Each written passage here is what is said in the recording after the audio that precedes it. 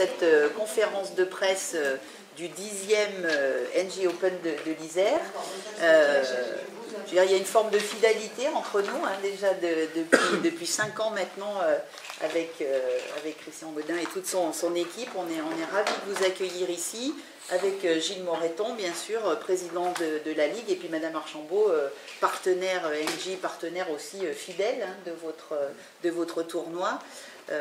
Voilà, le lancement à partir de la semaine prochaine de ce tournoi classique de l'Isère. Tournoi féminin, alors vous le tennis, vous étiez en avance, hein, je trouve, sur la médiatisation des femmes. Hein. C'est vrai que ça marche plutôt bien depuis des années et beaucoup maintenant, heureusement, de sports se sont mis dans ce système-là à médiatiser le sport féminin et on en est très très heureux. Vous dire que toujours, bien sûr, les performances sportives, hein, après vous allez détailler tout ça, il y a des athlètes de très très haut niveau, en tous les cas, moi chaque fois que j'y vais, ce sont des matchs, on se régale, et puis les jeunes filles qui sont finalistes, on les revoit souvent après dans des grands tournois, encore plus grands que celui de l'Isère, voilà. Donc effectivement, le passage à Grenoble devient peut-être maintenant un passage obligé pour ces athlètes. Et puis il y a aussi tout cet aspect de la convivialité que vous mettez chaque fois autour de ce tournoi et beaucoup d'actions qui ont lieu tout autour de l'activité vraiment sportive du tournoi avec le sport santé. Avec cette année une action supplémentaire que nous avons réussi à mettre en œuvre avec Madame Archambault et puis vos équipes par rapport aux collégiens. Alors c'est souvent difficile de motiver, mais on aura quand même 2 collèges qui seront présents le vendredi 14, si les infos sont bonnes. Le collège Henri Vallon et puis le collège Charles Munch. C'est peut-être le début d'une collaboration un petit peu plus large.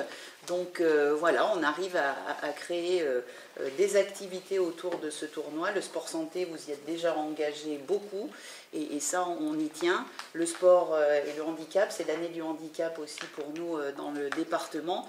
Et puis voilà, remettre les gens en activité physique.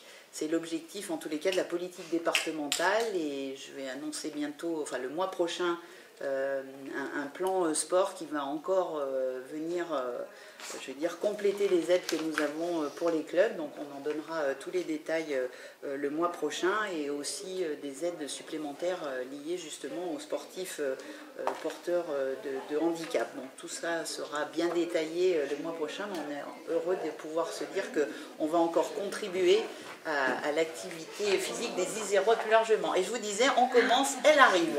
Voilà. Allez, Anne, bonjour. Bonjour. Merci. Installez-vous avec un jeune. Super, bienvenue, jeune homme. Je terminerai en vous dire qu'il y a aussi en vous disant qu'il y a un lien aussi avec Paris 2024, hein, c'est la semaine olympique, donc on est dans une semaine, je dirais, bien active et qui doit faire la promotion de Paris 2024. Vous savez que nous y sommes engagés, nous sommes labellisés Terre de Jeux, et jeudi prochain, je réunis l'ensemble des collectivités qui sont aujourd'hui labellisées en Isère pour voir avec eux comment on construit cette dynamique.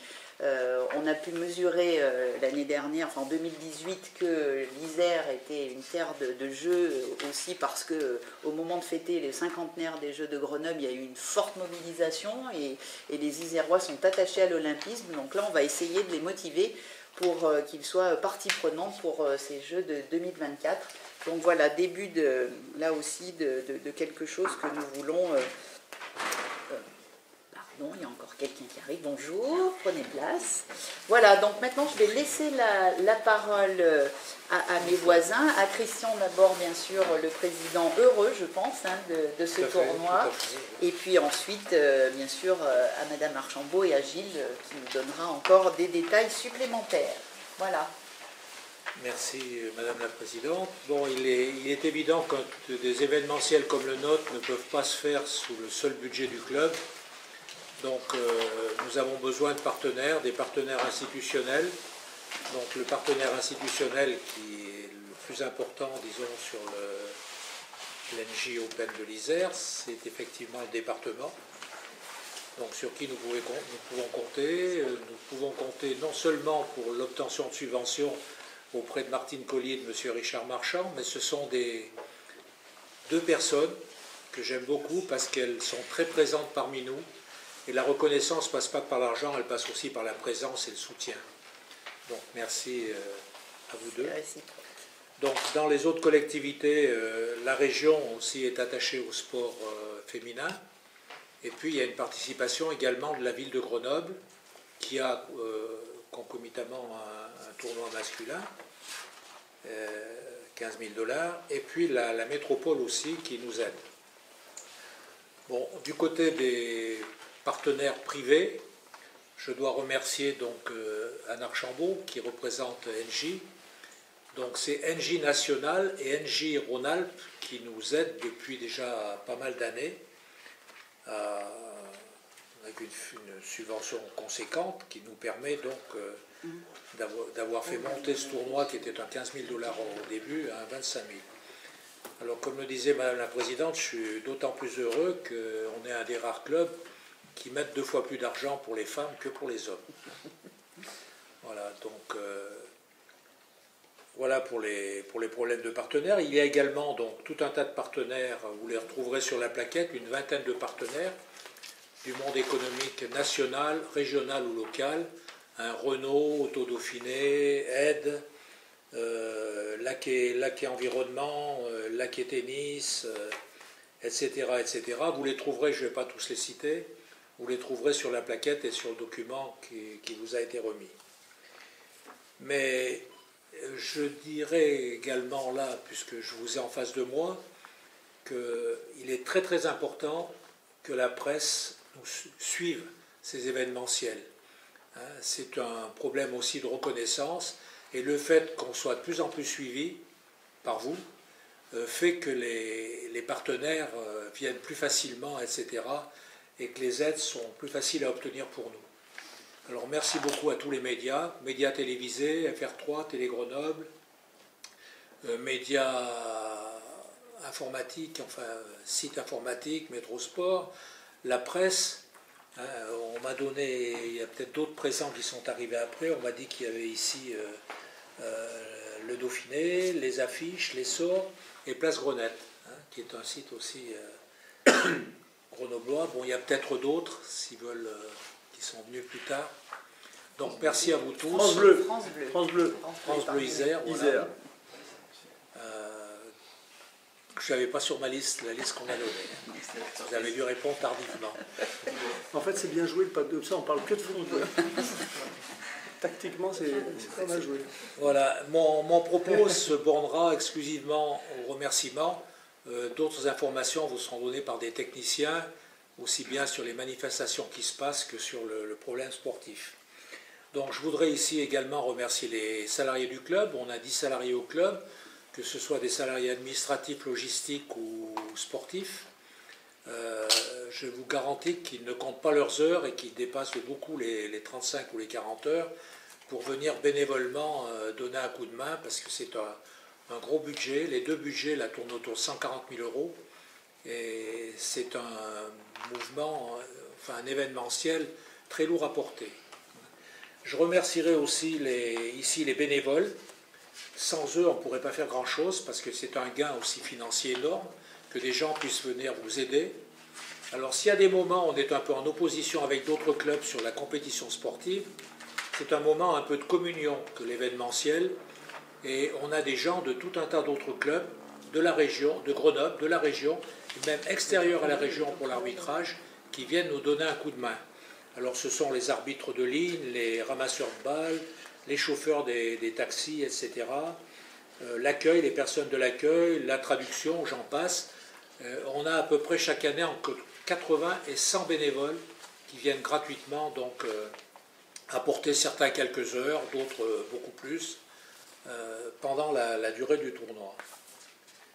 Donc voilà ce que je voulais dire. Donc Madame la Présidente vous a dit tout à l'heure qu'on ne se tient pas simplement à la partie sportive, mais qu'on a tout un tas d'activités. Donc vous les retrouverez, je ne vais pas passer mon temps à vous les décrire. Si vous avez des questions à poser, vous pourrez les poser à Nelly Baudat, l'attachée de direction, qui est plus à même que moi pour vous répondre. tout un tas d'animations avec les scolaires, avec les meilleurs joueurs du club qui font ce qu'on appelle des cliniques avec les joueuses de haut niveau, des animations avec les collégiens cette année, qui vont tourner autour tout un tas d'animations, et notamment une animation en tennis handicapé, en parafauteuil. Gilles Moreton nous a prêté 4 fauteuils qui viennent de Lyon. On va faire jouer les enfants en position d'handicap pour qu'ils voient un peu la difficulté qu'ont le... Bon, il y a aussi d'autres animations dont Anne est à l'origine, sur les femmes dans le milieu du sport et le milieu de l'entreprise, donc elle vous en parlera mieux que moi, soit rencontre avec les partenaires, etc. etc.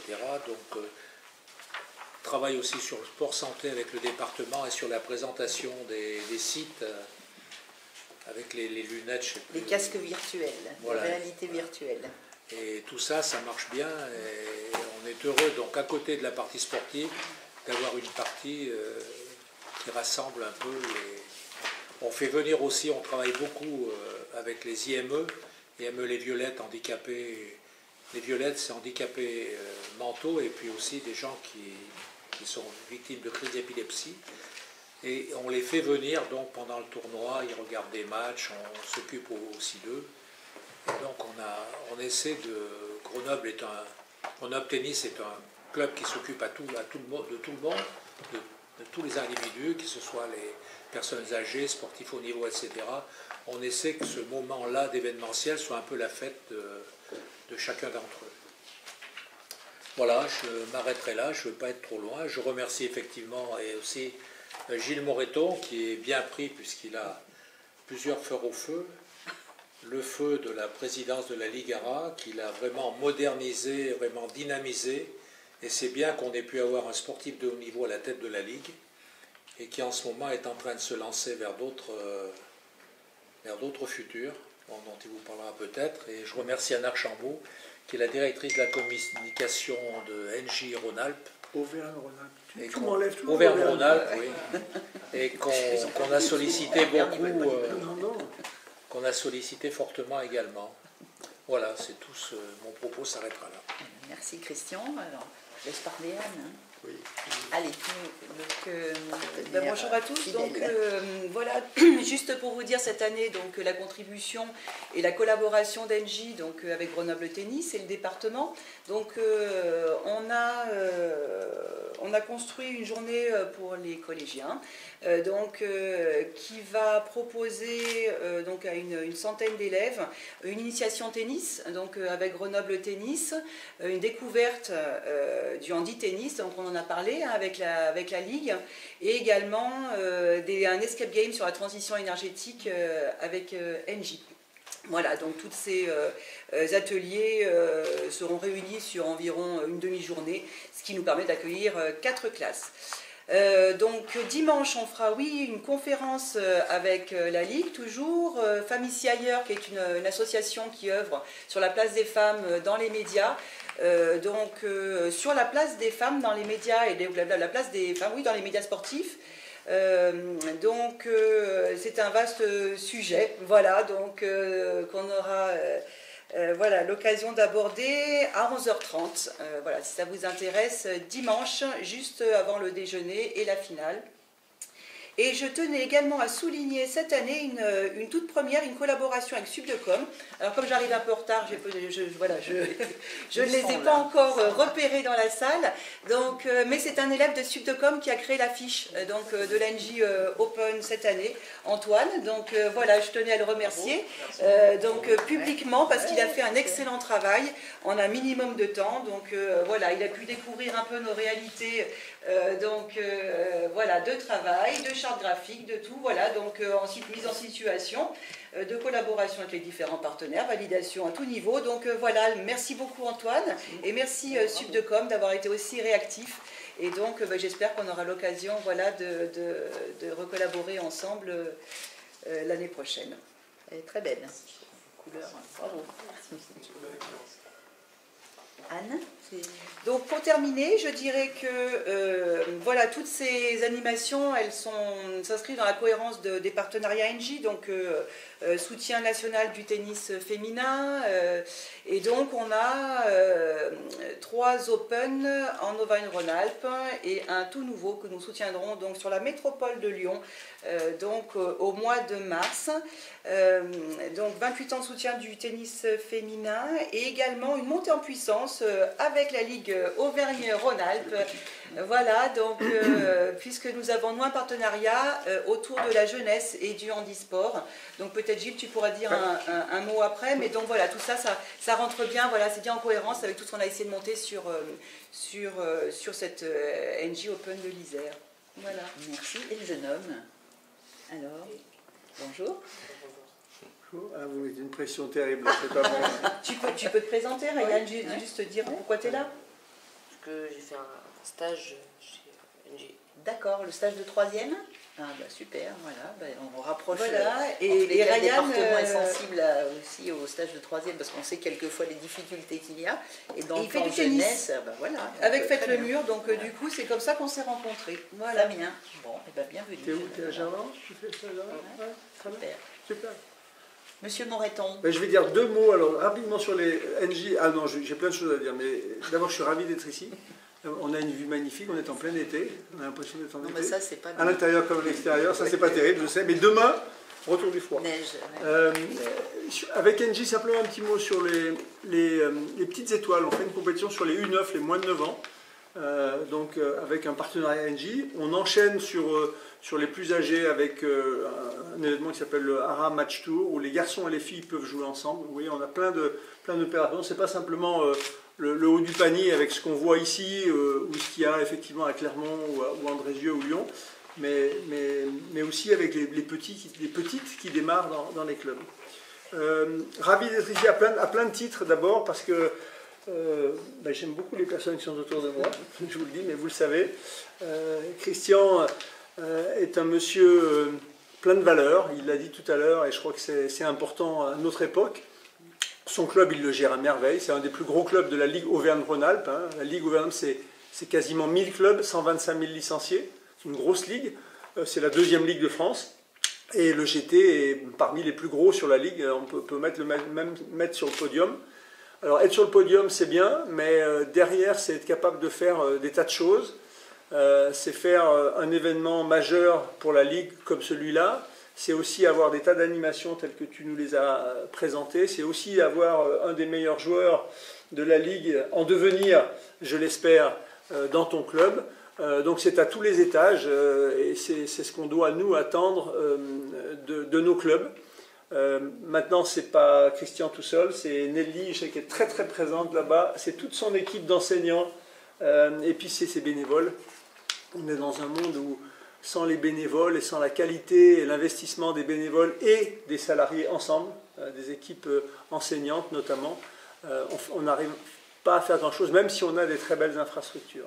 Donc ce sont effectivement, on est complètement, c'est un paradoxe à l'époque où on nous parle beaucoup de digital, beaucoup de communication, on est dans l'humain.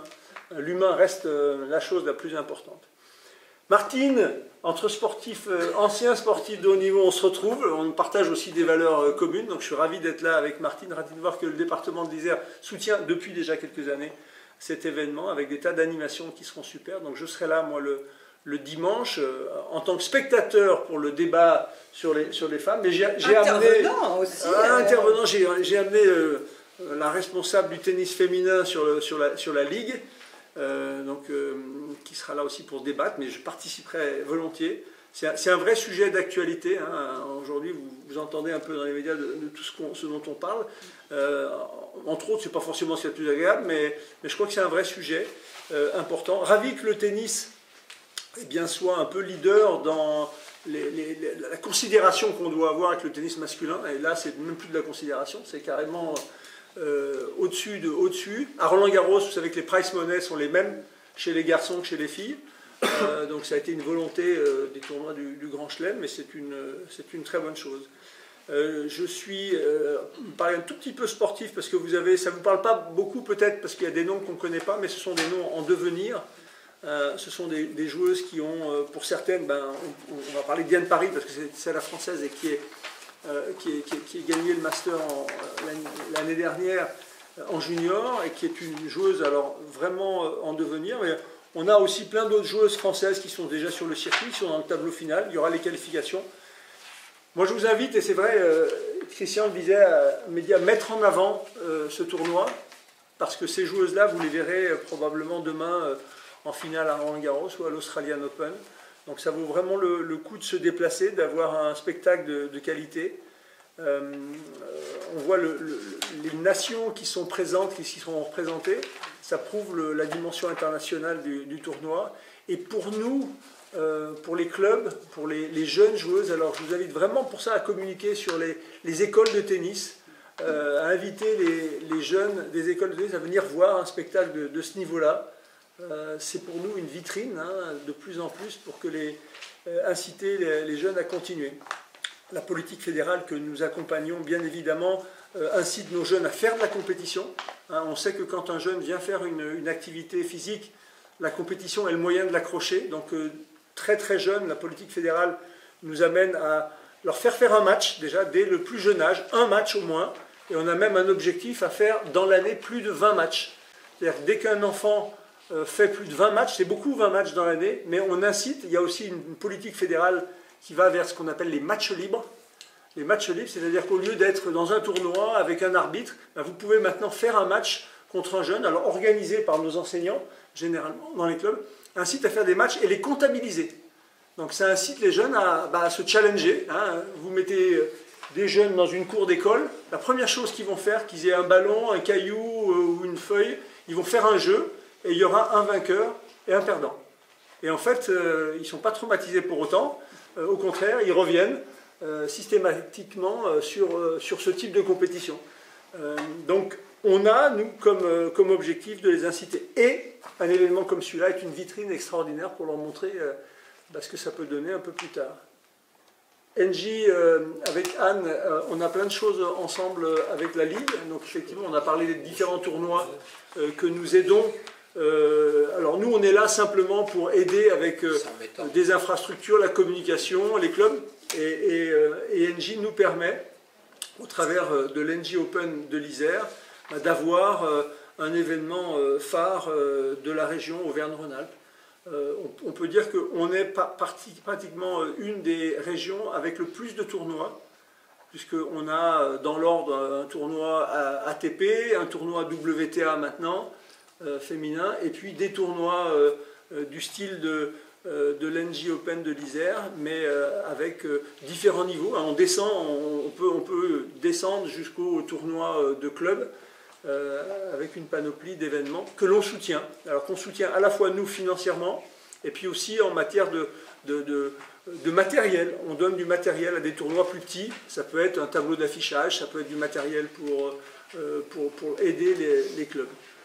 Voilà, donc un petit peu la politique Ligue qui fonctionne relativement bien. Et moi, je suis vraiment ravi de pouvoir échanger avec les différents organisateurs, avec de l'expérience, comme c'est le cas ici au GT. Voilà, merci. Merci Gilles. Christian, vous Je voulais dire deux petits mots aussi qui m'ont été autorisés de dire par Martine. Il n'y a pas de censure au département. Sur le tournoi homme. En même temps, donc, au tournoi féminin, il y a un tournoi homme qui est le trophée de la ville de Grenoble, le tournoi 15 000 $. Donc la ville de Grenoble voulait faire une conférence de presse, mais étant donné qu'on est en période élective, vous verrez d'ailleurs que le maire ou le président de la métro n'ont pas signé de leur nom leurs éditos. Vous allez recevoir donc un dossier de presse. Donc je vous invite, si vous avez des compléments d'information à demander, soit les faire en appelant Guillaume de Choudens ou en appelant Nelly Baudat qui vous donneront des renseignements complémentaires. Bon, c'est important d'avoir ce tournoi parce que le tournoi féminin seul, il y avait à la fin, notamment à partir des quarts de finale, des gros trous. Et les gens, les spectateurs qui venaient, ils venaient des fois à des moments où il n'y avait pas de match. Donc là, ça nous permet donc jusqu'à la finale d'avoir un tableau bien rempli. Et l'an dernier, avec le premier tournoi donc masculin, avec le tournoi féminin, on a vraiment explosé le nombre de spectateurs. Vous étiez à combien? Pardon.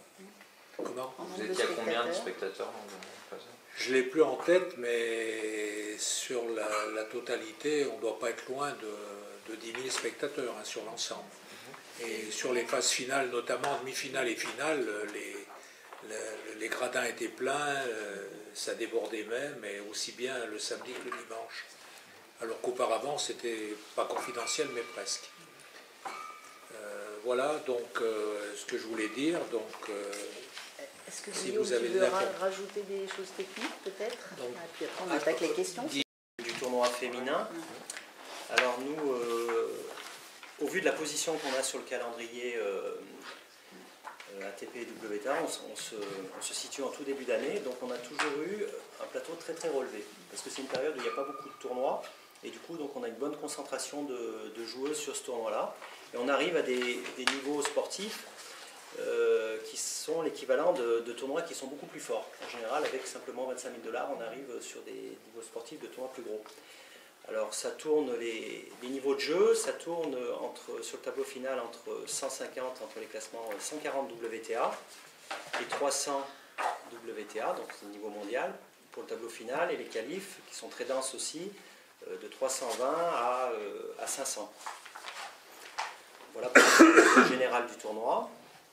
Et puis la spécificité qu'on a aussi, c'est qu'on a 3 types de joueuses, moi j'ai remarqué au fil des années.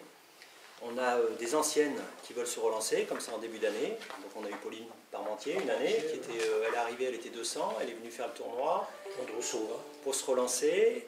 Et Pauline, elle est remontée top 100, elle a gagné le tournoi, puis après elle a fait une saison formidable et ça a relancé sa carrière. C'était quelle année qu'elle était... Alors Pauline Parmentier, on va regarder.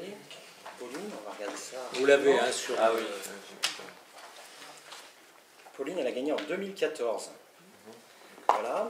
Donc on a des anciennes, et puis alors là, sur cette année-là, il y a aussi des filles, des anciennes qui viennent. Bon, la tête de série numéro 1, une luxembourgeoise, Mandy Minella, qui a été 60 mondiale, elle est aujourd'hui 140. Donc elle est maman, alors du coup elle a redescendu un petit peu au classement, elle a eu son bébé, et puis là elle se relance. On a une Tchèque qui s'appelle Denisa Satralova, qui était 55 WTA, et là qui arrive, qui est 230 et qui veut se relancer aussi pour revenir... sur leur objectif qui est d'atteindre à nouveau le top 100. Voilà, donc on a pas mal d'anciennes qui reviennent. On a aussi toutes les fidèles, je dirais. Il y a des filles qui viennent chaque année, qui sont 200, 220. Alors elles viennent chaque année parce qu'elles sont certainement bien accueillies, parce que les infrastructures sont quand même exceptionnelles pour un tournoi comme ça, parce qu'il y a la possibilité d'avoir les terrains pour les matchs, mais il y a aussi beaucoup de terrains, donc ça permet d'avoir des terrains d'entraînement, où il fait super bon parce que c'est isolé, il y a une salle de gym, il y a des super facilités par rapport aux hôtels, par rapport au transport, par rapport aux moyens de locomotion. Donc ça fait que les filles, elles reviennent. Alors il y a plein de filles qui reviennent chaque année. Là on a Harmonitane, les Françaises, Myrtille Georges qui a gagné en 2016, Harmonitane qui a été finaliste en 2019, Molinaro qui a été finaliste en 2018, enfin, et puis toutes les Françaises, elles reviennent tout le temps. D'ailleurs, chaque année, elles animent le clinique qu'on fait avec les enfants. Souvent, c'est les Françaises qui viennent, et puis chaque année, c'est les mêmes. Et puis, dans ce tournoi, on a énormément de jeunes. Alors là, c'est vraiment, je ne sais pas si on a de la chance, mais de jeunes espoirs qui percent par la suite. Christian l'a dit tout à l'heure, on a commencé par les sœurs Pliskova. Alors là, ça a été carton en plein, parce que la fille, elle a gagné le tournoi, et puis quelques années plus tard, elle était numéro 1. On a eu aussi en 2017, le tournoi a été gagné par Vondrousova, qui a fait finaliste cette année à Roland-Garros. Et en finale, elle était contre une autre jeune inconnue qui s'appelait Blinkova, qui est maintenant 30e mondiale. On a Fiona Ferro qui a gagné en 2018. Fiona, elle était 200 et aujourd'hui, elle fait partie de l'équipe de France de Fed Cup, toute jeune. Donc qu'est-ce qu'on a eu d'autre comme... Voilà, donc plein de jeunes Bartoli, Caroline Asprem, alors plus tard, voilà, il y a plus longtemps, il y a eu Caroline Asprem qui a été top 10. Donc voilà, donc c'est intéressant de voir toutes ces filles de 17-18 ans, puis qui ensuite, un an après, jouent Roland-Garros. Alors cette année, comme petite jeune, on en a. Gilles l'a dit tout à l'heure, on a la numéro 1 mondiale junior qui le fait, c'est une Française. Elle s'appelle Diane Paris, elle a 17 ans, elle est numéro 1 mondiale. On espère qu'elle elle évoluera bien aussi. Et puis une joueuse de la Ligue Auvergne-Rhône-Alpes qui s'appelle Jacquemot Elisa, qui est numéro 6 mondial junior et qui n'a que 16 ans. Voilà, donc elle va faire le tournoi. Elle s'entraîne dans le Lyonnais. Jacquemot. Alors vous ne la voyez pas sur la liste parce que son classement pour l'instant senior est 700. Donc elle est un peu plus loin, mais elle va rentrer quand même parce qu'elle aura parlé d'une invitation. Alors moi je vous invite à venir la voir, rien que pour ça. Je vous invite vraiment à venir la voir parce que s'il y en a une qui peut devenir numéro 1 mondial, c'est elle. Vraiment. Elle est hors norme sur tous les plans de jeu, de caractère, physique. Elle a perdu en demi-finale lorsque Diane Paris gagne, mais elles ont 1 an d'écart. Et franchement, pour moi, c'est un talent hors norme. Voilà, donc ça vaut vraiment le coup de l'avoir joué. Puis on a Alice Tubello aussi, une autre locale.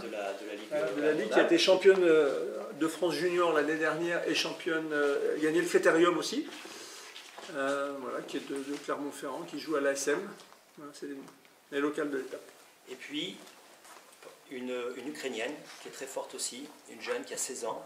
Alors elle a joué le junior, elle n'a pas trop joué le junior, elle est surtout sur le circuit senior, elle est 333. J'espère qu'elle va faire le tournoi. Elle s'appelle Daria Lopateska, une Ukrainienne. Voilà, donc ça c'est peut-être la future aussi numéro 2. Rivale de... Voilà. Elsa a pris le numéro 1. Juste derrière. Ben voilà pour le plateau. Elle était venue, Elsa, l'année dernière, bien sûr. Elle avait joué déjà. Bien sûr. Ouais, regardez bien la progression d'une année sur l'autre de ces jeunes filles, c'est assez étonnant.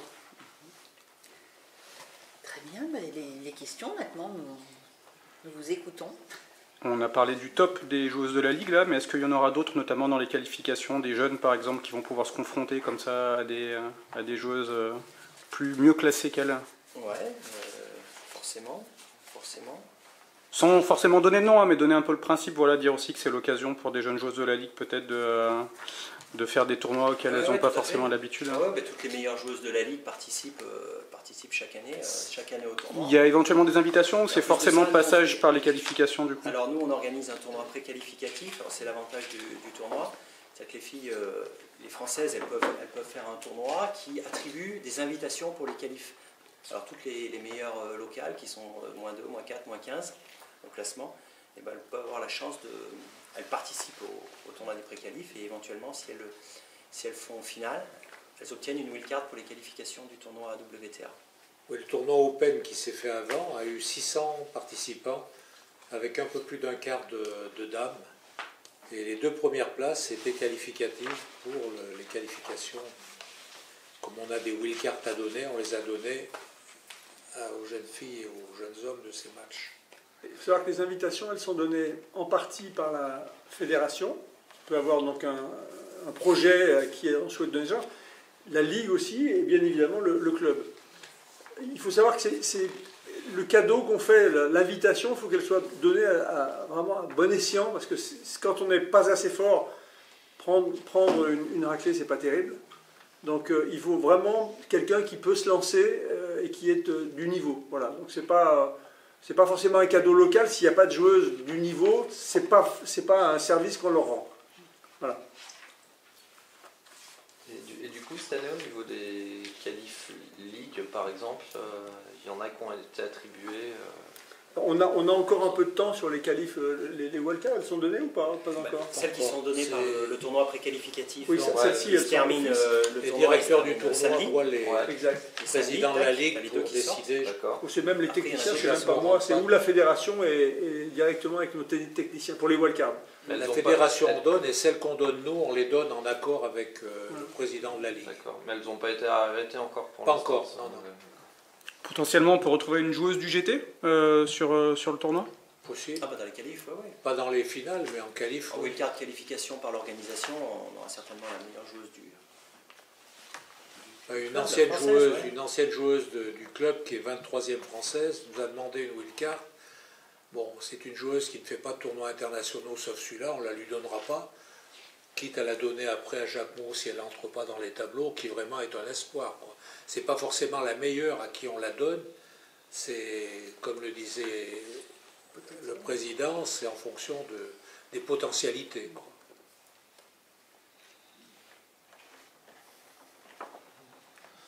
D'autres questions? Pardon, Jacquemot, son nom de famille, ça s'écrit comment? J-A-C-Q-U-M-O-T. J-A-C-Q-U-E-M-O-T, son prénom, pardon. Elsa. D'accord, donc elle est d'où exactement? Enfin, de quel club? Elle joue à Lyon, elle joue au club de Dardilly. Elle est dans l'académie Assionne, Thierry Assionne. D'accord. Et elle a 16 ans. Elle est première année junior par rapport à Diane Paris qui est, elle, à 17 ans. Donc c'est l'année de ses 18 ans. Elle est dans l'année de ses 17 ans. Donc elle a encore un an pour gagner des titres. Et elle s'est fixée comme objectif cette année de jouer les grands chelems juniors. Ce qui sera peut-être plus le cas l'année d'après, parce que dès qu'elle passe un cap, elles sont obligées de choisir entre le circuit WTA. Et à mon avis, ce sera le cas pour elle. Mais cette année, même en étant première année, elle va chercher à gagner les grands chelems. Elle a passé 3 tours à l'US Open déjà l'année dernière. Donc c'est vraiment un numéro. Dans le tableau, oui, tableau final. Non, dans les juniors. Enfin oui, ouais. Non, mais tableau final junior. Ouais. Bah, elle est numéro 6 mondial junior déjà. D'accord. En première année, voilà. Elle est née en 2003. D'accord. Vous avez un peu de recul maintenant sur les infrastructures. Est-ce que ça a vraiment rajouté de l'attractivité au tournoi, ces nouvelles infrastructures? C'est certain. Hein. C'est certain. On était avant dans une espèce de cave où quand il faisait moins 10 dehors, il faisait moins 20 dedans. Bon, maintenant, les structures de Grenoble Tennis est inversé. Quand il fait moins 10 dehors, il fait 0,5 degrés à l'intérieur. Donc c'est un confort exceptionnel. Hein. Bah là, les filles reviennent, et à l'époque, les filles, elles ne revenaient pas, quoi. Et il y en a même qui partaient... après, elles venaient la veille pour s'entraîner, et elles ne sont même pas venues signer pour rentrer dans les qualifs, elles sont rentrées chez elles direct. Parce qu'ils pouvaient faire moins 2, moins 3 degrés dans la salle. Il faut être conscient que les infrastructures qu'on a là au GT, c'est probablement les plus belles infrastructures en Europe. Moi, j'ai pas vu un club, et j'en ai fait, hein, j'ai pas vu un club avec des infrastructures comme ça. C'est assez exceptionnel. Ouais, enfin, à comparer sur des 25 000 féminins, voire... Mais je parle d'un club de tennis. Ah moi, oui, pardon. Avec ou sans tournoi, je parle d'un club. Il y a effectivement, il y a d'autres tournois où il y a des tribunes, où on fait des trucs, dans le Palais des Sports, etc. Là, vous êtes dans un club de tennis. Il y a un club comme ça, en Europe, j'en ai pas vu. Voilà. Donc c'est la chance de pouvoir le faire à l'intérieur, avec les tribunes. Donc il y a une tribune permanente et puis la tribune que tu rajoutes, c'est ça, hein? On peut mettre une tribune sur le numéro 2, le sol est prévu pour, une tribune de 2000 places qu'on n'a jamais mis jusqu'à présent, mais si le tournoi pouvait monter Bon, c'est pas le but actuel parce que les budgets des collectivités territoriales étant contraints, les budgets des partenaires économiques étant contraints également, c'est pas une période. Et puis nous, on a la chance, comme le disait Guillaume, de faire un tournoi à 25 000 $, ce qui correspond à un 50 ou un 75 000 $ quelquefois dans d'autres villes. Ouais, parce que justement, enfin, en termes de terrain d'entraînement sur des 50 ou 75 000 $, les joueuses habituellement, elles ont combien de terrains d'entraînement, et ici elles en ont combien au GT pour souvent les tournois un peu plus gros, ils sont, comme disait Gilles, il y en a pas mal dans des palais des sports, dans des arénas, des choses comme ça, donc il n'y a pas de terrain d'entraînement en fait. Il n'y a que le terrain central et puis 1 ou 2 terrains annexes, et ils sont destinés au match. Et les joueuses vont s'entraîner sur un autre site, souvent vont sur un autre site, tout ça. Alors c'est un peu, des fois c'est un peu compliqué, et nous on a cette chance d'avoir tout sur place. Donc il y a 4-5 terrains qui sont pris pour les matchs, et puis tu en as 3, 4, 5 des fois pour les entraînements. J'étais il y a 2 jours. Et puis il y a les terrains plein air même. Au Petit As à Tarbes par exemple, j'étais il y a 2 jours. Vous avez un hall d'exposition, on a construit des cours spécialement pour ça, on a amené des tribunes, donc c'est bien fait, hein, mais on est vraiment dans du provisoire. Vous avez des cours d'entraînement qui se trouvent, vous prenez la voiture et vous êtes à 10 km. Voilà, donc les conditions ne sont pas les mêmes. Tu as parlé de la salle de gym aussi, c'est hyper important. Dans une période de préparation pour des jeunes notamment, il ne faut pas oublier qu'il n'y a pas que le match, quoi. Il y a l'entraînement derrière, ça fait partie d'un projet global. Et là, avec le restaurant, l'ensemble, c'est vrai que il ne faut pas oublier qu'il y a beaucoup de nations, de pays en Europe qui n'ont pas les moyens qu'on peut avoir en France. Hein. Nous, la Fédération française a un budget de 320 millions d'euros qui est colossal. La Fédération bulgare, par exemple, une fédération qui a 200 000 euros de budget. Et 320 millions et 200 000 euros. Donc des infrastructures, quand elles se trouvent, elles viennent s'entraîner une semaine, elles ont envie de mouiller le maillot parce que là, c'est pas tout à fait pareil. Ou quand elles viennent au CNE, je parle des Bulgares parce qu'ils sont venus faire, les jeunes, les moins de 14 ans sont venus faire un entraînement à la fédération en ce début d'année. Quand ils voient notre CNE, Centre National d'Entraînement en Porte d'Auteuil, avec les chambres, 40 chambres, etc., on a des moyens incroyables, quoi. On a des moyens incroyables. Donc c'est une chance que de venir jouer au GT et d'avoir les conditions qui sont les conditions. Donc pour un environnement, venir jouer, s'entraîner une semaine, de mettre Grenoble sur le circuit, c'est important. Pardon, pour revenir sur la meilleure joueuse actuelle du GT, déjà c'est qui actuellement et qu'est-ce qu'elle pourrait faire éventuellement en qualification? C'est une joueuse qui est zéro, qui s'appelle Pellegrinelli, Elsa, mais qui était moins 4, moins 15 il y a quelques années, et qui sur les tournois gagne régulièrement, quand elle fait un tournoi, elle gagne régulièrement à moins 4. Elle a gagné à moins 15 cette année. Voilà. Et, sur des qualifs, elle peut gagner un match ou deux, ça c'est possible. Hein. Et elle aura une invitation? On ne sait pas encore, on n'a pas décidé. Mais... On a eu des choix à faire. Ça fait partie des demandes.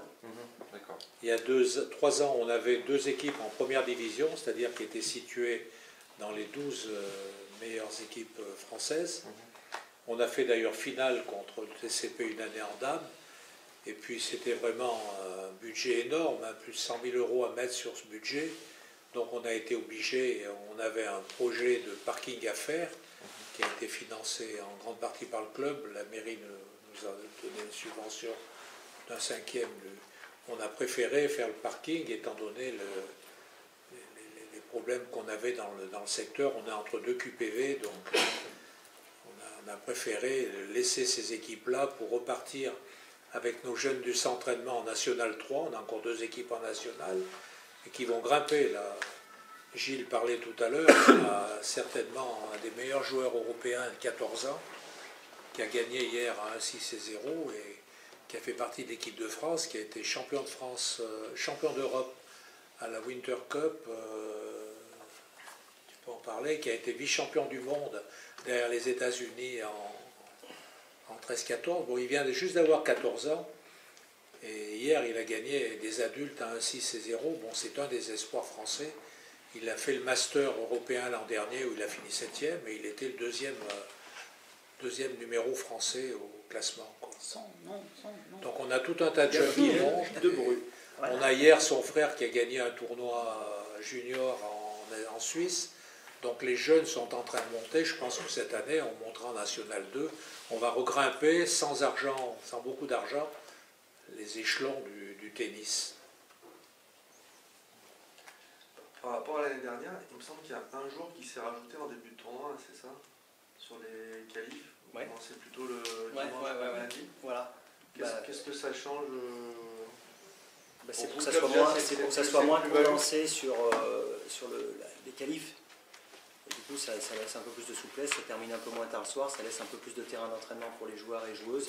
Ça va rajouter Et puis le tableau de qualif des garçons s'est élargi, passé de 24 à 32. À 32, oui. Voilà. Mais ça nous donne beaucoup plus de souplesse et d'oxygène, on va dire, sur les premiers jours. Plus qu'il y a les qualifs hommes et qualifs femmes. Pour les joueurs que pour le club, ça présente un intérêt. Le fait de le faire sur 2 jours, d'avoir plus de temps de récupération peut-être, ou même vous, club, vous y allez. Après, tu as un nombre de matchs à programmer sur un certain nombre de courses. Tu vois, ça fait une amplitude horaire un peu plus courte, on va dire. Donc c'est mieux pour tout le monde. C'est mieux pour l'organisation, pour les chauffeurs, les bénévoles, tout ça, d'avoir des journées un petit peu plus... Et puis ça nous rajoute une journée de plus pour les spectateurs. Ça fait jouer le dimanche en plus, donc ça c'est pas mal. Ça peut attirer du monde le premier jour. C'est combien de tours de qualif chez les femmes et chez les hommes? 2 tours. 2 tours.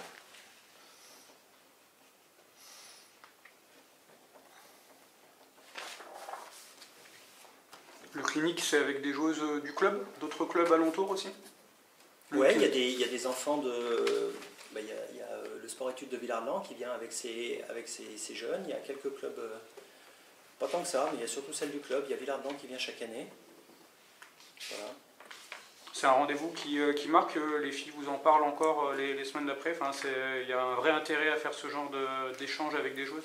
Il y a deux intérêts. Il y a l'intérêt sportif, c'est que les jeunes filles, les meilleures du club ou les meilleures d'autres clubs, parce qu'il y a d'autres clubs également qui viennent, jouent avec des filles quand même qui sont dans les meilleures mondiales.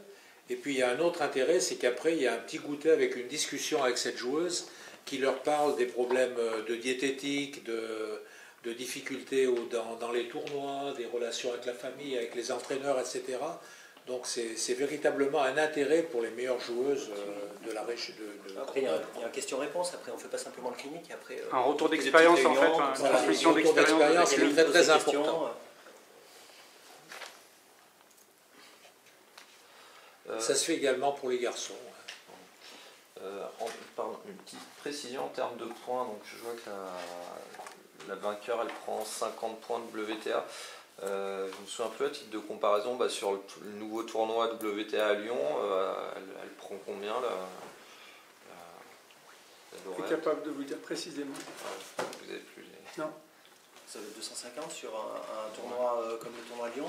Ouais. 250 points, quelque chose comme ça. Enfin, je sais pas si c'est les mêmes chez les garçons, chez les hommes. C'est un peu pareil, ouais. Ouais, c'est à peu près pareil que chez les hommes. C'est très très difficile de gravir les échelons parce qu'on est obligé, donc, quand on est joueur au niveau, de commencer par des petits tournois, donc le nombre de points est bien moins important. Je crois que l'US Open en Australie, c'est pas 600 points le premier ou... Non, le vainqueur. Australie, ouais. Chez les hommes, c'est 2000 points. C'est 2000 points. 2000 points, ouais. Donc là, c'est facile. 200 Et chez les hommes, l'appellation, c'est facile à avoir, parce que c'est la TP 500, c'est 500 points, TP 250. Et chez les filles, c'est l'équivalent. L'appellation est différente.